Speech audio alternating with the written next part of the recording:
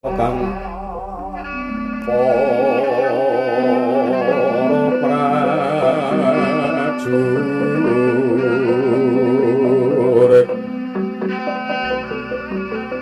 lamun bisa samya hangu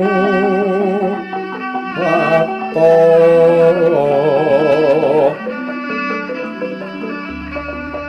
kadi ngene caritane andeli rosan Prabu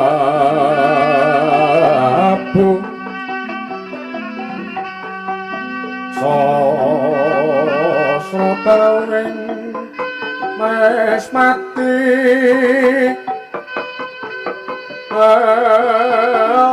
pate wanda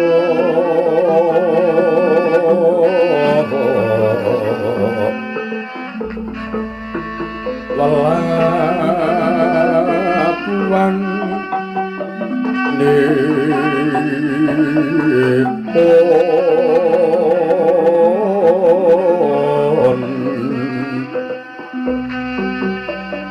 tan kinong tripra para guna kaya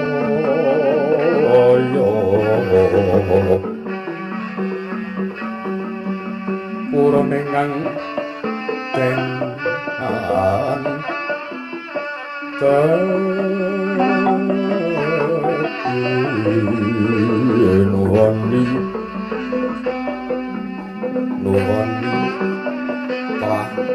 Prabu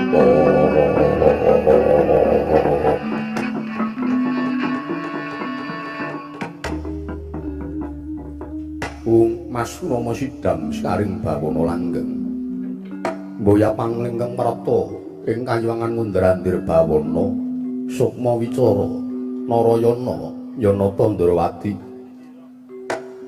Amit masanggali mantabi sinabeta ing ila-ila tinebena saking siku dendhaning Bathara Pukulun Sawan kula wonten ngarsa paduka Sang Maharti kengrat kepareng kula ngaturaken sembah sungkem pangabekti kula konjuk iya Narayana ulun tampa mboya liwat pangestu ulun wae tampanana non sampun sangat anggen kawula mundi apa kang dadi wigatine sarta darunane apa jeneng kita prapta ing kayangan nyuwun mayapunten sepisan menawi kula matur menika lancang angka kalih menawi kula matur ugi badhe nguyahi seganten kenging menapa Paduka Sang Maharti kengrat inggih Sang Hyang Pada Wenang menika tartentu sampun pirsa dhateng mobah musik ing kawontenaning jagat. Pramila kula kinten boten sandadak kula matur Paduka sampun pirsa. Mas Rama Sidam Sekaring Bawana Langgeng. Kresna kula wonten dawuh. Sayekti yen to jeneng kita ngucap kang kaya mangkono. Malah iku kang ndadekake kaluputan kita. Waduh, sewu pati agung pangaksami ulun. Ya, mbuya dadi ngopo? Ulun pancen mangerteni kananing jagat, nanging ibarate ulun iki gawe cangkriman, nulya jeneng kita ingkang ambatang cangkriman ulun. Oh, mekaten. Iya. Inggih. Menawi mekaten kepareng kula badhe matur. Sowan kula menika namung badhe nyuwun dawuhipun Iwang Pikulun Pada Wenang wonten pundi dunungipun kadang kula pun Werkudara awit sampun wonten tigang candra rikanggan sakmangke mriku nilar dhateng kaparajan nilar dhateng kasatriyan malah kepara sakmangke mboten namung Werkudara ingkang ical mboten namung Werkudara ingkang linggar saking negari Ngamarta malah kepara ugi garwa Jodipati ugi sami linggar menika lajeng mapanipun wonten pundi Pukulun? Mas Rama Sidam Sekaring Bawana Langgeng. Ya mbuya mokal yen to jeneng kita ngupadi ana ngendi dununging Werkudara sarta garwane. Merga pancen jeneng kita kuwi mengku tanggung jawab. yaiku dadi pujangganing para Pandhawa. Ya Kresna Narayana. Ulun mestheke lamun ta laku kita iku wis bener, nanging ulun jarwani ya Narayana. Sayekti Werkudara padene garwane mboya adoh-adoh saka ngarsaning para Pandhawa. Kresna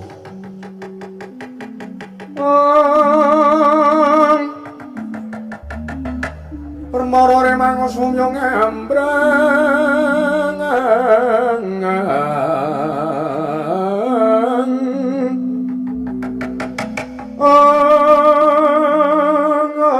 kadi karenane kaswase neng marga hemalagung miring sang Gondo wastret mojo leng-leng lalu hangulati surya mangrang sambayat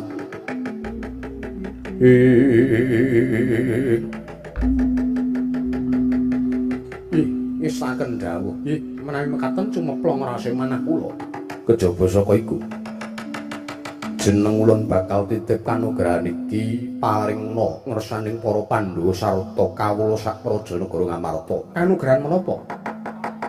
Yaiku pengaran Wahyu Kamulyan. Panjenengan ulun uga pirsa kalemonto sak mengko Semar Badranaya ndarebeki kekayiwan yaiku mbangun kayangan. Narayana mangerti ya. Sayekti Semar nggone mbangun kayangan iku mungkin arya pawadan supaya dheweke bisa nggayuh kang aran Wahyu Kamulyan iku mekaten. Iya. Nggih, ngestaken dawuh. Ulun pasrahake wujuding kanugrahan iki. Nulya mudhuna ing jagat. Ulun njaluk aja ngasi tumeka ing Prajanagara Ngamarta. Nanging yen jeneng kita ngambah dirgantara nyumurupi ana sawijining papan dunung ingkang katon cumlorot cahyane manter tejane. Ya ing kono Wahyu Kamulyan pinesti bakal kita pasrahake. Nuwun sewu. Menawi ingkang nampi sanes para Pandhawa, wus Kresna jeneng kita mboyaosan dadak. Kokeyan pitakon Parta Dyaki Tampanana. Nang ngaten kula ngestaken dawuh kulun. Yatnang ning alang-alang randang moncara.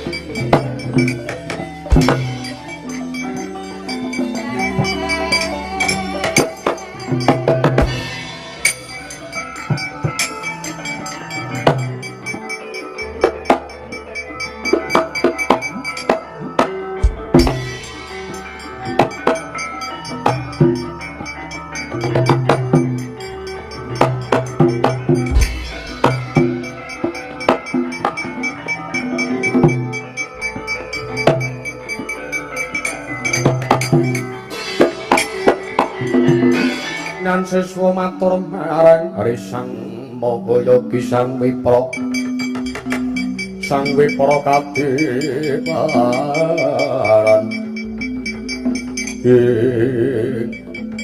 mbok menawa kae ingkang dingendikake dening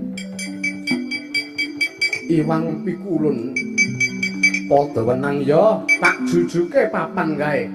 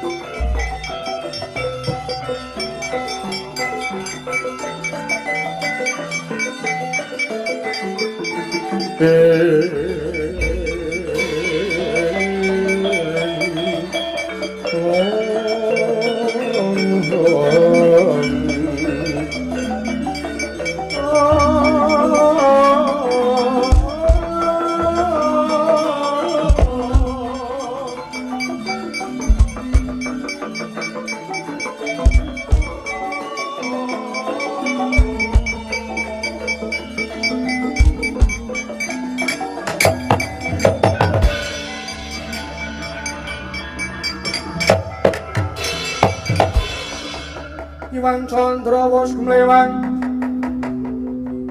ing imbanging cakra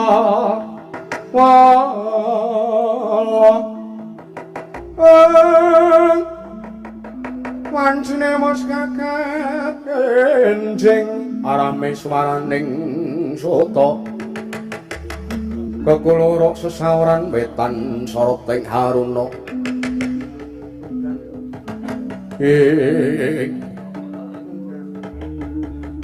nalika semanten ingkang mapan wontening negari segara bumi nenggih Sang Prabu Setigrat kekitrang-kitrang yayah lintang Panjerina.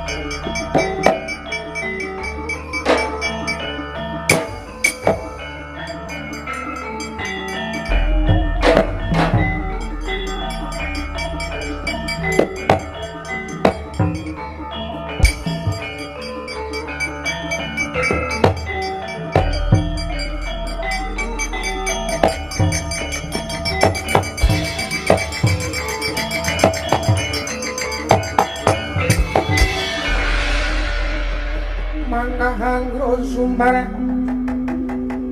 mawa lindu bumi gonjeng kumaludha guntur gatuk kumaludha guntur gatuk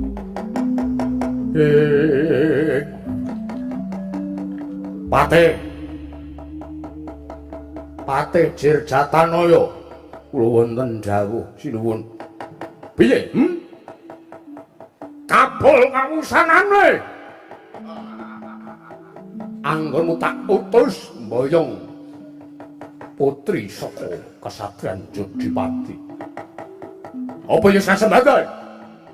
Waduh sinuwun. Kula pasrah bongkokan menawi kula badhe pun penjahi nggih mboten menapa.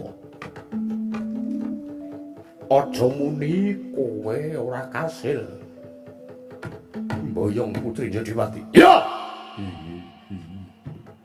Mbok ora bengok-bengok ning iki kebonane wong.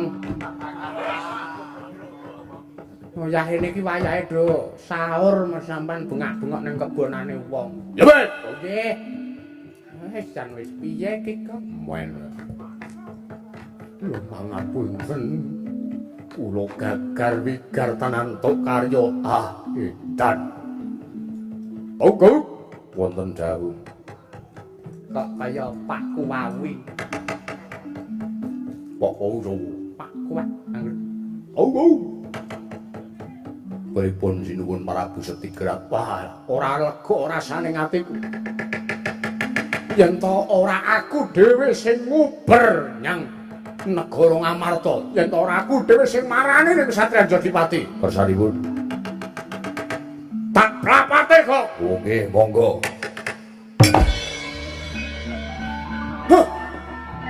Oh.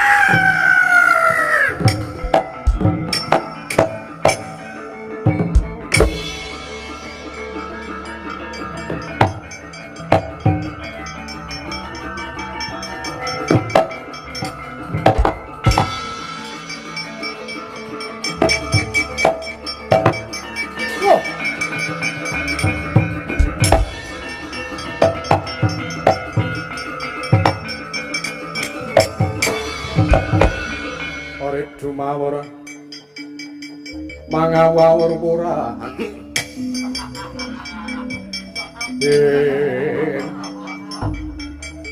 Edan iki ana wujude gajah. Yo, aku wujude gajah. Wah. Sopo aranmu? Sopo ya mau? Kyai Hirawana. Apa kowe kang aran Prabu Setigrat kowe? Yo, pancen aku Prabu Setigrat. Wah, iki calon garwaku. Hei! Ah!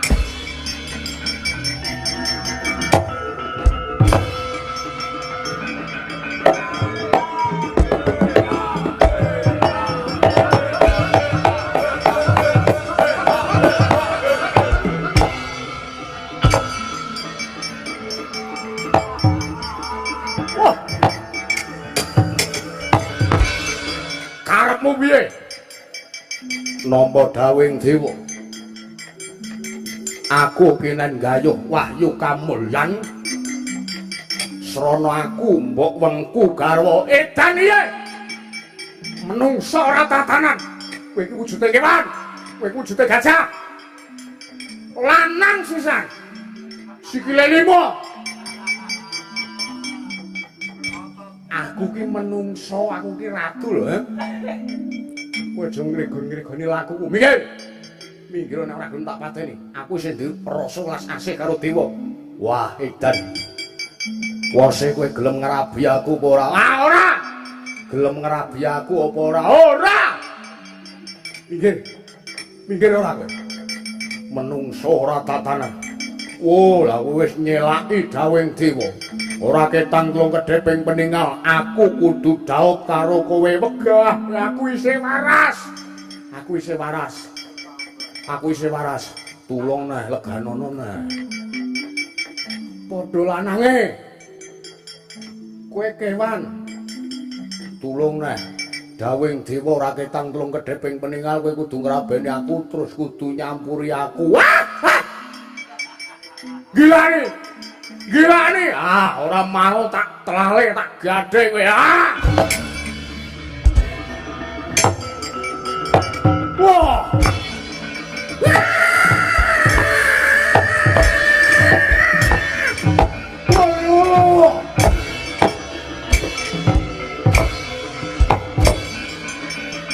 Wah!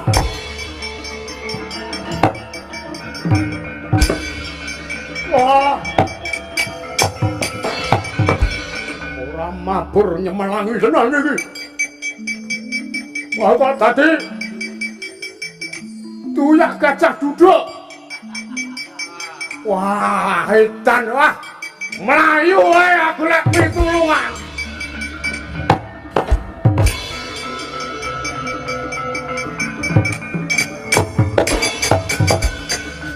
Tulung sawangan.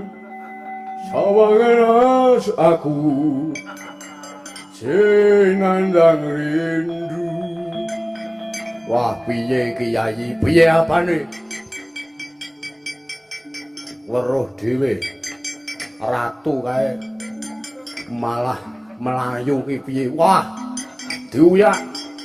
Mergo pancen iki dawing dewa. Ayo. Diuyak saged candhae rak ya iso mabur. Iso.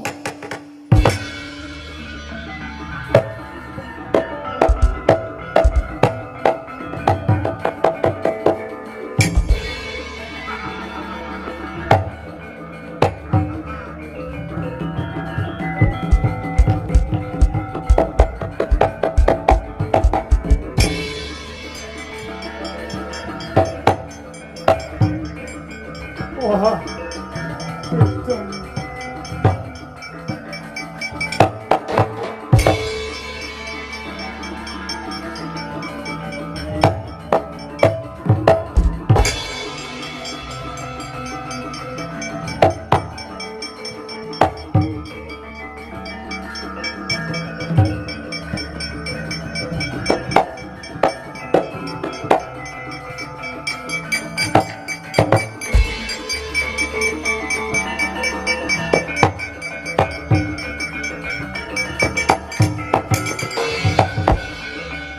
laruta saking gudha sang guru kula yen tan mutusa sang Sri ora ana pendhita manter tejane mbok menawa pancen iki sing geduga kuat nampa kanugrahan kengaran wahyu kamulyan.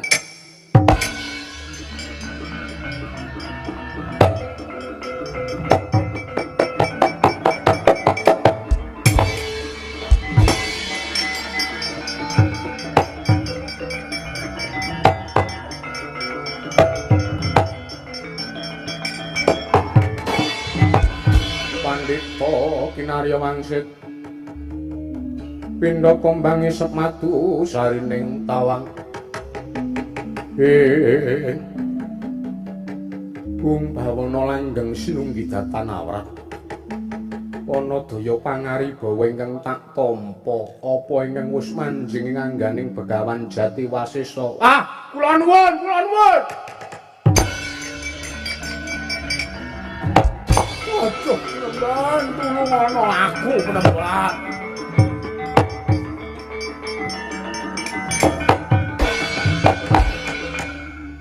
Genjang ganjing langit kelap-kelap katon. Bler genjang ing alis prisang mawe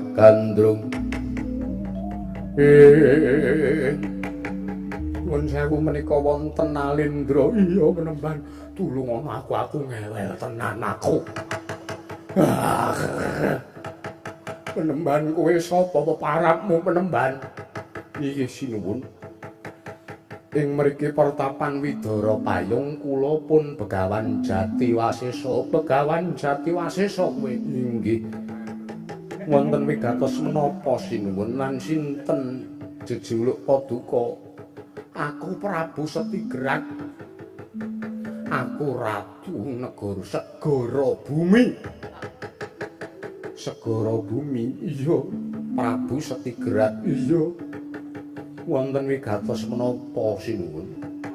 Kula menika namung pendhita gunung, menapa ugi mokal menawi Paduka badhe meguru dhateng kula. Aja gegeden rumangsa kowe keparat. Penemban. Penemban.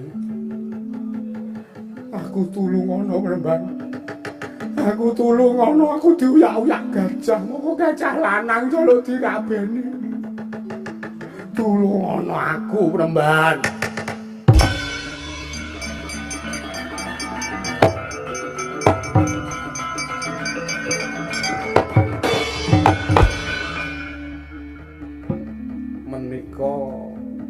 Estu. Piye kowe iki? Tak kira kaget terus sampean yo melu kaget aku.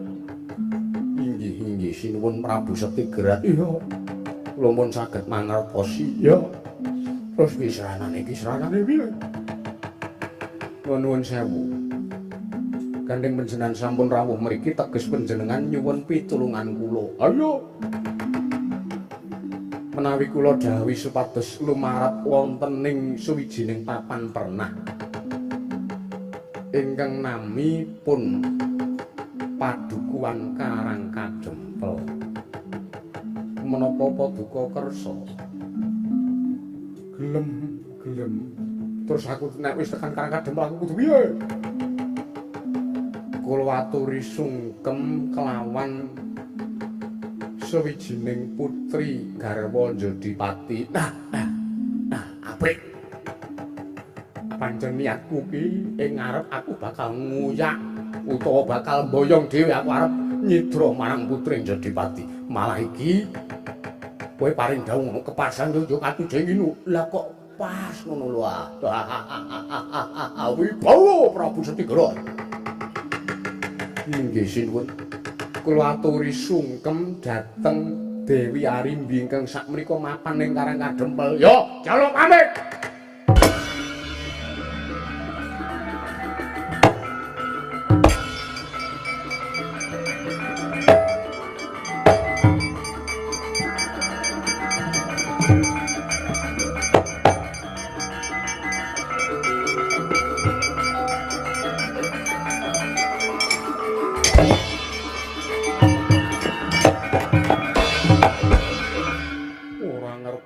Sejatine aku kang aran Arimbi.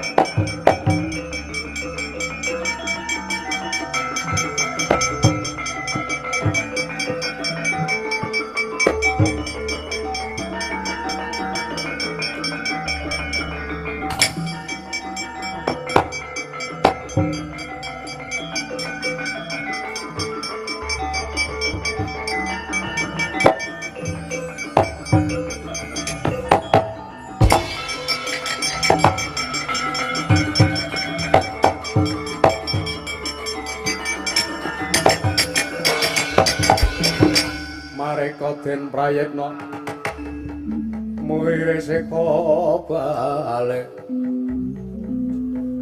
tanggung jawab ning gawake aku ning THT ngopo dintute rongku dadi ra iso ngambu apa-apa jaba mengambuntut ketoke wis manjing ning jero paru-paru iku asem kira sinuwun Kresna sampun jugar wis Kakang lah kok aku dadi mapan ning kene aku sing gawa Dik oh Antasena pancen kowe tak amanke ning kene diamanke nganti kaya pelaku begal lho pelaku begal iki malah aman Gong lho maksudnya aman iki malah ora dicekel sing dicekel malah sing dibegal ya tak begal ae lah wis aja begal kan dilindungi negara ndasmu lah ya ora beda karo sing do korupsi kaya to sak mesake anakku ki wingi maling rokok rong lencer benjot ndase sapa anakku sapa si kae sing muni I love you kayak tadi ayu putune Semar nih oh iya guru nyolong rokok ronger jarum super oh benjot sirahe kok lho koruptor kok malah tahanan rumah entuk AC entuk malah ana ani-anine barang ani-ani iki apa sing nggo nganu pari ani-ani iki gembre gumun aku ana koruptor kok malah dinae kaya ngonoan ya Truk pengen ngrasake ye apa pengen rasa mulya lair ngrantes batinmu pripun aku entuk kanugrahan wahyu kamulyan Kakang nek ngaten pun kasembatan lek kula bangun kayangan sik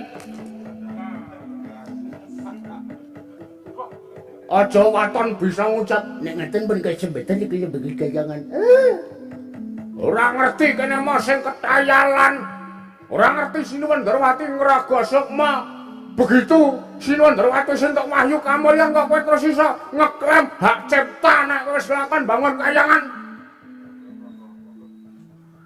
oh kuwi syukur ora wis wong nembang kembang rawe dipaidu oh kuntut manggung dipiadu paidu semangkean kowe nek ngono kowe iki ora arti wah kowe iki ora arti tak bilani tenan kok tak kowe iki jebuleke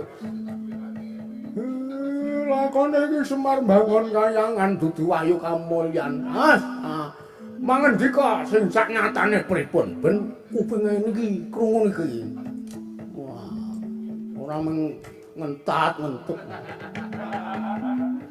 aku wis ngasil kasembatan gaya wahyu kamulyan nggih niku salah srijine srana kula arep bangun kayangan ben kelakon nanging ora tak gawa lho mosok kecer ora boten kecer ora nanging dawing wang niku lun padha wenang yen tok ana papan kemanre tejane kudu tak ndeki nulya wahyu tak pasrahke oh dadi mengkari ngenteng niki iya rungokno senggedengan Sinuwun kula ingkang sowan sinuwun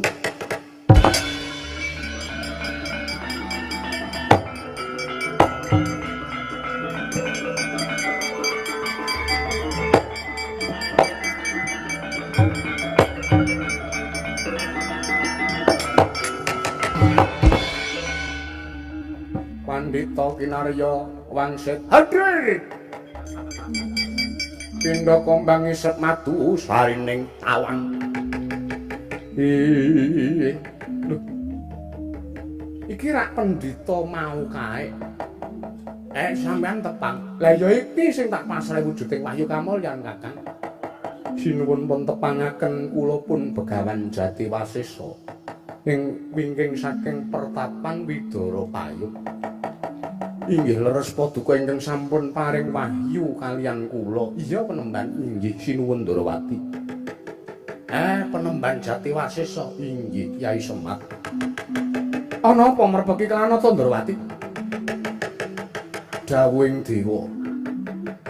Wahyu kamulyan menika kula boten kiyat nampi. Ananging ingkang kiyat nampi inggih namung Sang Kilurah Semar Badranaya minangka pamonging agung. Malah sakmangke kula ugi nampi kanugrahan kejawi wahyu kamulyan ugi nampi kanugrahan wahyu pamong sejati. Pasrahna ngursane Kakang Semar inggih Kilurah Semar monggo kula aturi nampi. Mriki Penemban.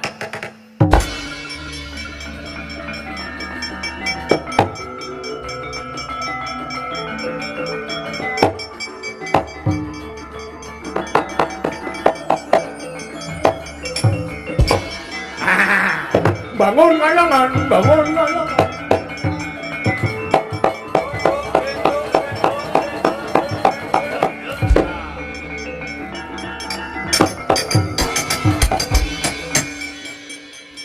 Joget kaya wong kelegan. Wedhu. Sampun kula pasrahaken Ki Lurah. Matur nuwun nggih Penemban. Yai Arimbi.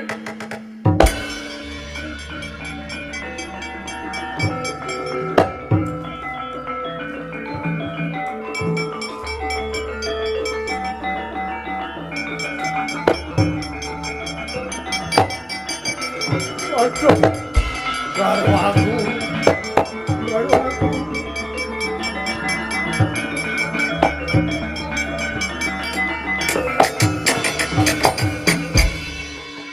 Urip dumawur mangawuwurahan tengaraning ngajurit gong maguru gongso.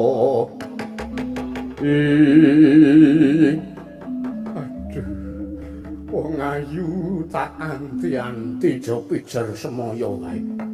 Aku tresna karo kowe.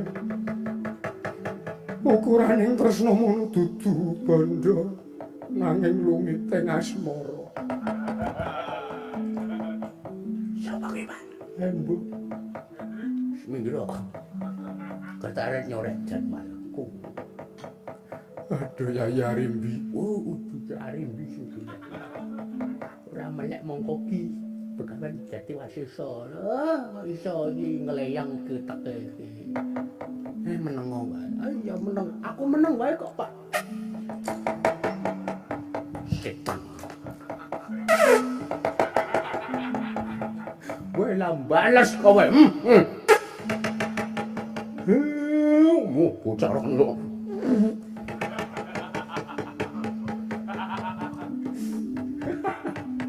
Gilane parah.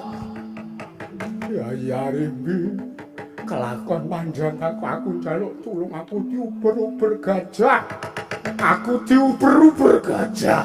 Njaluk tak rabi mongko gajah lanang aku isih lumrah Yai Arimbi. Nyuwun sewu menika rak sinuwun Prabu Setigrat lho. Gusti. Kok aku kaya ora pangling suwarane. Iki rak suarane Begawan. Lah ngapusi kowe. Wah. Parat.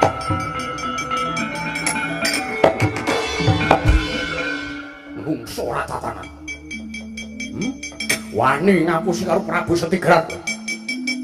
Sudok kuku Pancanaka. Konangan kowe. Ayo Badar.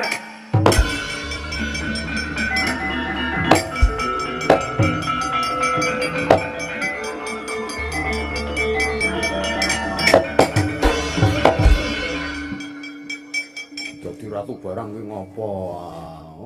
Senengane kok gawe lakon. Lho Ben. Pendhita kok tekan kene. Kepuke ndase. Kepun. Gelem ta wis gepuk? Inggih purun Raden. Gur digepuk lho, gelem, enak digepuk. Aku ya sok gepuk. Werkudara dadi ratu barang.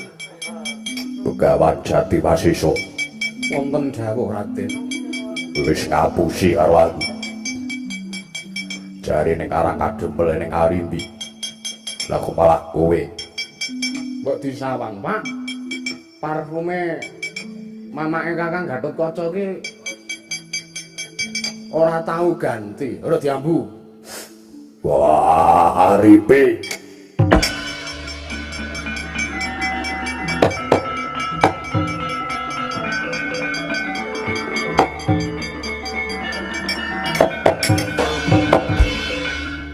Dadi pendhita barang ngopo?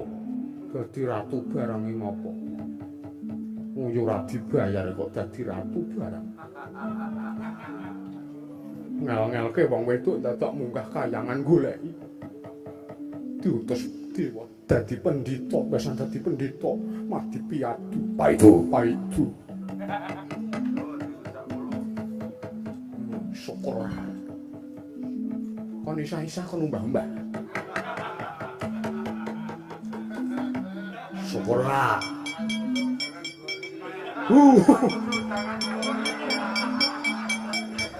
Ketika kon ngusung jangan gori. Kon nggawa blawang sak jangan gorine. Ngel-ngelke anak-anak, ngel-ngelke Pandhawa. Dadi ratu barang. Sesuk iki mikir, sirah ukur 70 kok.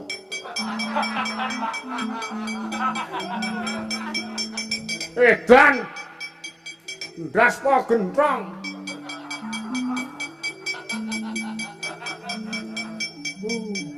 Sengene simbok lah. Ngerti ra gajah sing uyak-uyak sampean sapa? Sapa? Ayo simbokmu sing loro kuwi, mbok nom kuwi ra.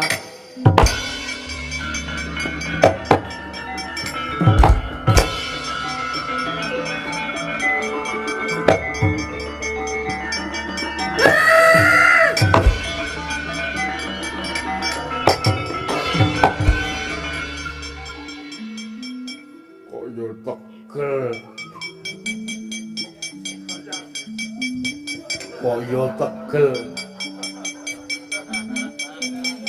Badar ora. Dadak dadi gajah. Yo dadi gajah nggoleki kowe kuwi.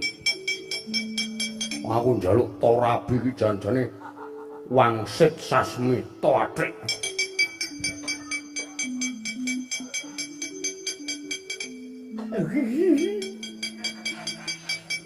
Gila.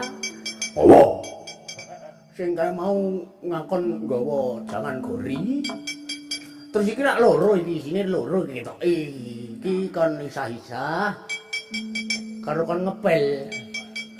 Kesatrian jadi pati sing keramike kotak-kotak ireng putih kae lho.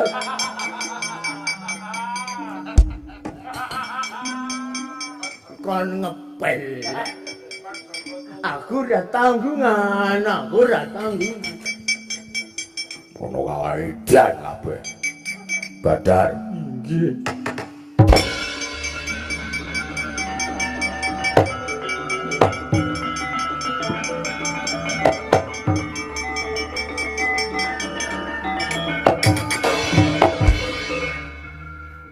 Ndak dadi ratu barang ngapa?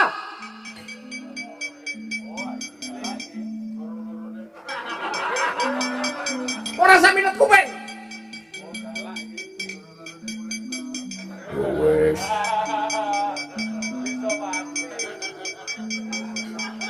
Nek diomong itu ora terus lunga. Ora malah ngrek.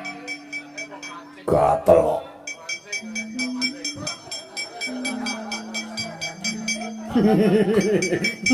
Hindasmu. Akhirnya aku roh satria gedene semono kok wedine kali Kyai Putri nggih. Nggih, Ndara nggih. Iya.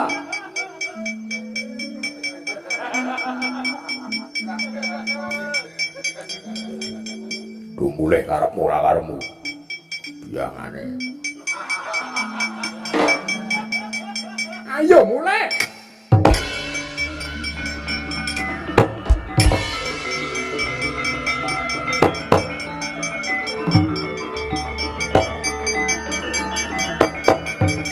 Woi! Aduh.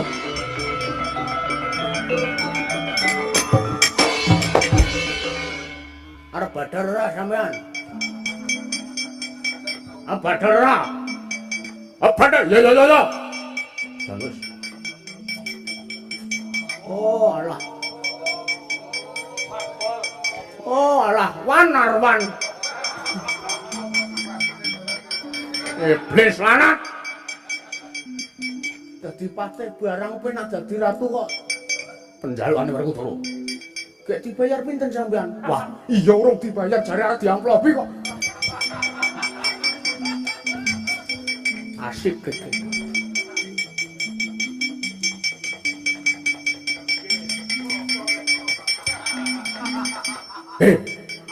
Oh, bayaranku. Amplop. Jotoso. Arti lagi padu karo bojone.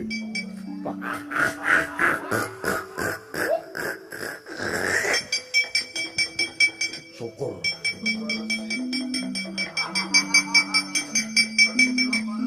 Toko. Pun. Lho, kok pun badar? Ben. Nyo iki amplopmu nyo. Nggih, matur nuwun. Bilung. Nun. Nyongki. Apa selawe iki? Kula semenyi wis ngerol lho. Ah wis gelem kuwi, wah gelem ya wis. Nggih. Wah galak iki. Nang. Kula iki salah napa lho, Den? Sampeyan padu kalih garwa niku ampun dipeta teng panggung.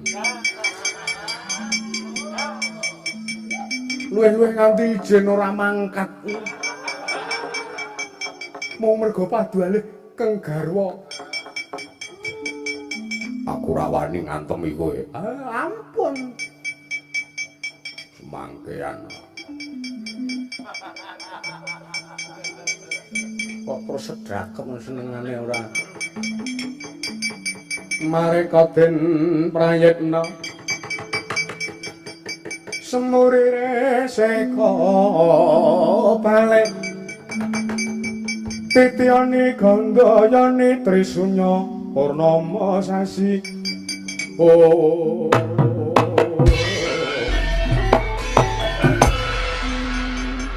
ya sing kon ngusung blawong ya jangan tewel jangan gori Nek rampungan terope wis dilunung pecah sirahmu. pecahan isine ya meng kricik kaya celengan lah matur nuwun ngapunten nggih den pun damel sampean wirang Aku dhewe sing gawe aku wirang. Ngopo aku dadak dadi ratu barang. Nyesel. kok nyesel kademen apa Ketun. Wah, padoni bojo. niku betake tresna kalih sampean wong wedok posesif menika sok kala mangsanipun tresnanipun sundule ngawian jarene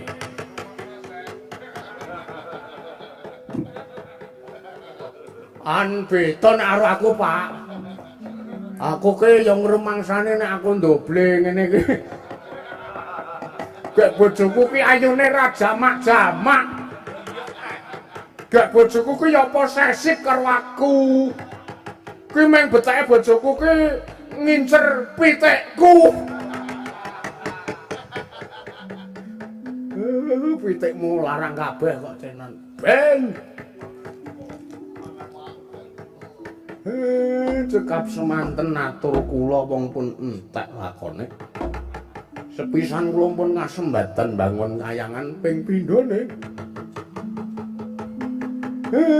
mun entuk wahyu kamulyan mugi-mugi dayane nyerambai kawula sak negara Ngamarta mandhap dhateng para kawula ing dukuh krajan Pudak Payung Banyumanik Semarang mriki Sri Semara Bumi tansah ngayomi Gusti Allah tansah berkahi. Nah, sip. Cekap semanten atur kula nyuwun pangapunten sedaya kalepatan nyuwun pangapunten sedaya kekirangan kula sak rombongan. Kopat janure tuwa menawi lepat nyuwun ngapura. Kecelup santen menawi luput nyuwun pangapunten. Apa sing kecelup santen, Pak? Rasa dirembuk. Nyuwun pangapunten sedaya kalepatan. Slamet sing nanggap Slamet to sing ditanggap, slamet to sing nonton tanggapan, slamet to sak kabeh-kabehane. Intan Payung. Bukani bonan. Arep golekane kuwi. Ya Kang Mas. Matur sembah nuwun Bagong. Intan Payung. Kang bukane bonang, matur sembah nuwun, matur sembah nuwun. Kula akhiri matur sembah nuwun. Ya, Cak.